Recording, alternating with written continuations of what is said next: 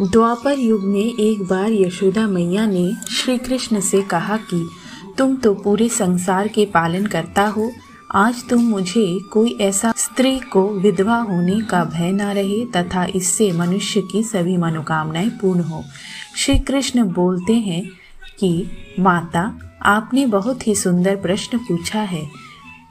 मैं आपको इसके बारे में विस्तार पूर्वक बताता हूँ। सौभाग्य प्राप्ति की 32 पूर्णमासियों के व्रत को करना चाहिए। इससे उनकी सभी मनोकामनाएं पूर्ण होती हैं और उन्हें सौभाग्यवती होने का आशीष मिलता है। अब मैं आपको इससे जुड़ी हुई कथा सुनाता हूँ। इस भूमंडल पर एक अत्यंत प्रसिद्ध राजा चंद्रहास से पालित अनेक प्रकार के रत्नों से परिपूर्ण कातिका नाम की एक नगरी थी।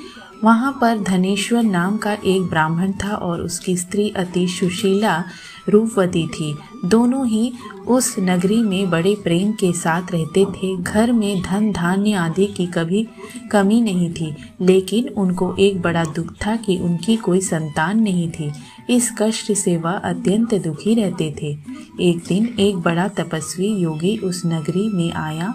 वह योगी उस ब्राह्मण के घर को छोड़कर अन्य सब घरों से भिक्षा लाकर भोजन किया करता था, लेकिन रूपवती से वह भिक्षा नहीं लिया करता था।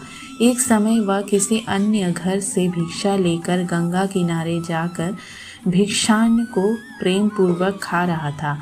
तभी धनेश्वर ने योगी को देखा और अपनी भिक्षा के अनादर से दुखी होकर योगी से बोला, महात्मन, आप सब घरों से भिक्षा लेते हैं परंतु मेरे घर की भिक्षा कभी नहीं लेते, इसका कारण क्या है?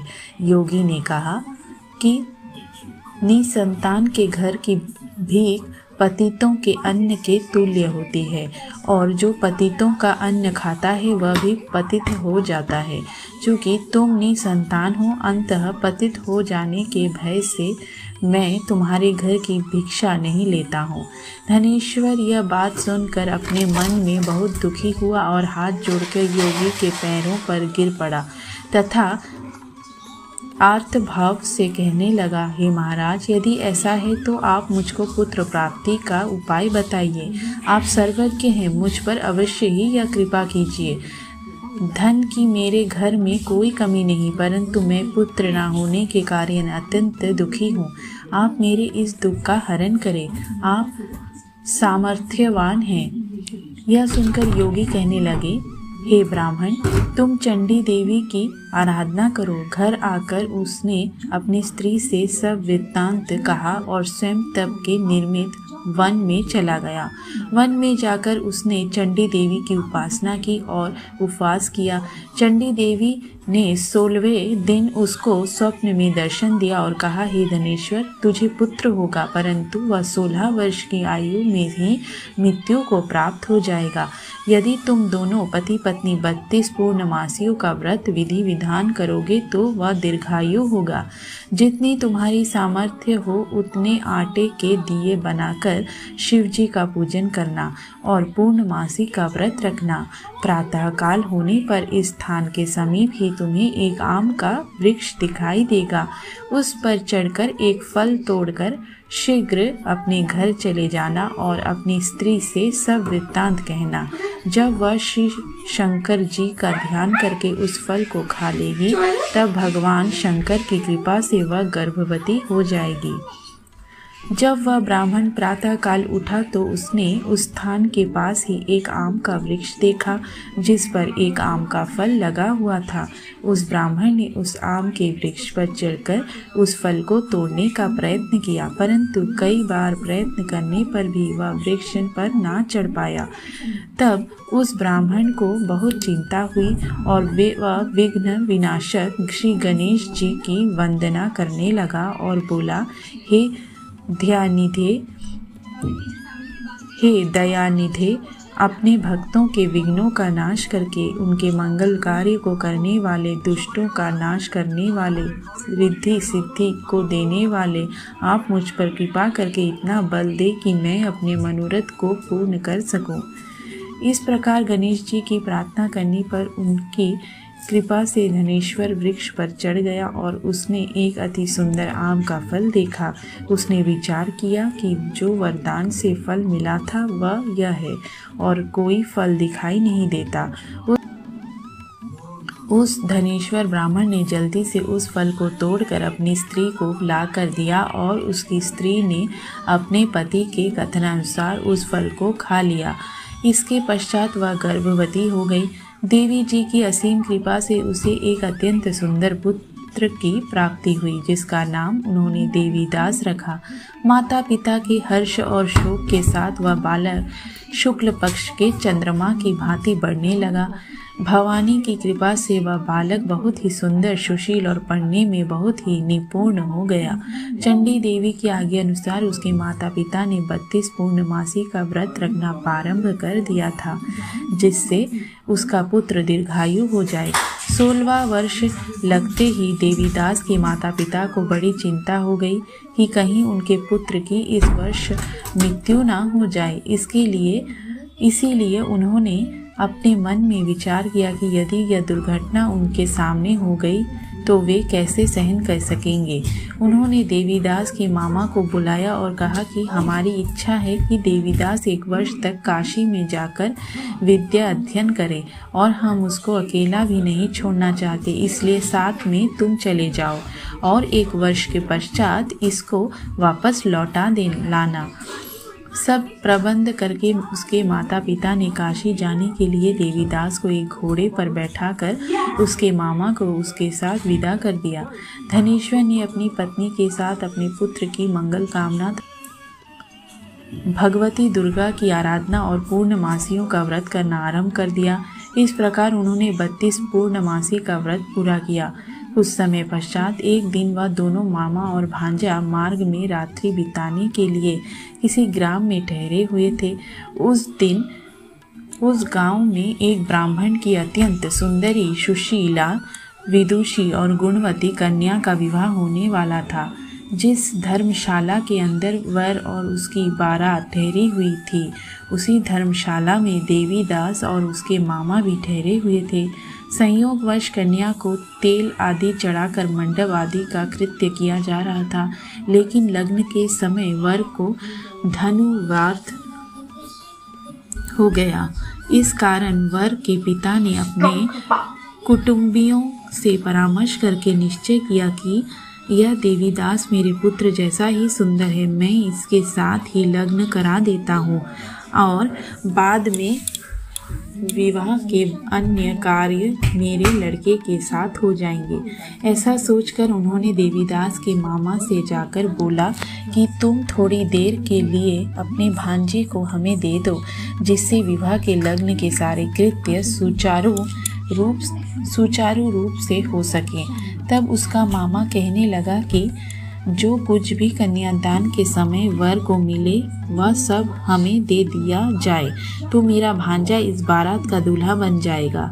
यह बात वर के पिता ने स्वीकार कर ली और अपने भांजे को वर बनने के लिए भेज दिया और उसके साथ सब विवाह कार्य रात्रि में विधि पूर्वक संपन्न हो गए। पत्नी के साथ वह भोजन न कर सका और अपने मन में सोचने लगा कि ना जाने यह कैसी स्त्री होगी। वह एकांत में इसी सोच में पड़ गया तथा उसकी आंखों में आंसू आ गए। तब वधू ने पूछा, आप इतने उदासीन व दुखी क्यों हो रहे हैं? तब उसने सब बातें जो वर के पिता व उसके मामा में हुई थी उसको बतला दी। तब कन्या कहने लगी कि यह ब्रह्मा विवाह के विपरीत कैसे हो सकता है?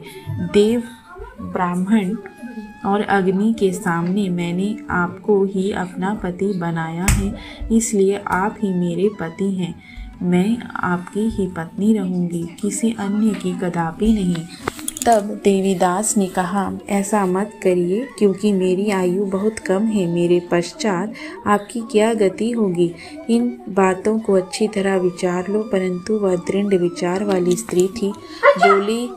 बोली कि जो आपकी गति होगी वही मेरी गति होगी। हे स्वामी, आप उठिए और भोजन करिए। आप निश्चय ही प्रातःकाल देवीदास ने अपनी पत्नी को 3 नगों से जड़ी हुई एक अंगूठी दी, एक रुमाल दिया और बोला, हे प्रिय, इसे लो और संकेत समझकर स्थिरचित हो जाओ। मेरा मरण और जीवन जानने के लिए एक पुष्प वाटिका बना लो। उसको प्रतिदिन जल से सींचा करो और आनंद के साथ खेलो कूदो तथा उत्सव मनाओ। प्राणांत होगा, ये फूल सूख जाएंगे और जब ये फिर हरे हो जाएं तो जान लेना कि मैं जीवित हूँ। यह समझा कर वह चला गया। प्रातःकाल होते ही वहाँ पर गाजे बाजे बजने लगे और जिस समय विवाह के कार्य समाप्त करने के लिए वर तथा सब बाराती मंडप में आए तो कन्या ने वर को भली प्रकार से देखकर अपने पिता से कहा कि यह मेरा पति नहीं है, पाणी ग्रहण हुआ था, इसके साथ मेरा विवाह नहीं हुआ है। यदि यह वही है तो बताइए कि मैंने इसको क्या दिया। मधुपर्क और कन्यादान के समय जो मैंने भूषण आदि दिए थे उन्हें दिखाइए तथा रात में मैंने क्या गुप्त बातें कही थी वह सब सुनिए। पिता ने उसके कथन अनुसार वर को बुलवाया गया। कन्या की यह सब बातें सुनकर वह कहने लगा कि मैं कुछ नहीं जानता। इसके पश्चात लज्जित होकर वह वहाँ से चला गया और सारी बारात भी अपमानित होकर वहाँ से लौट गई।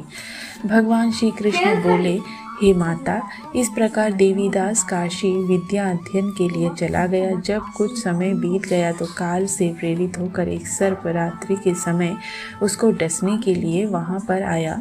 उस विषधर के प्रभाव से उसके शयन का स्थान चारों ओर से विष से विषैला हो गया, परंतु व्रत के प्रभाव से उसको काट ना पाया, क्योंकि पहले ही उसकी माता ने 32 पूर्णिमा का व्रत कर रखा था।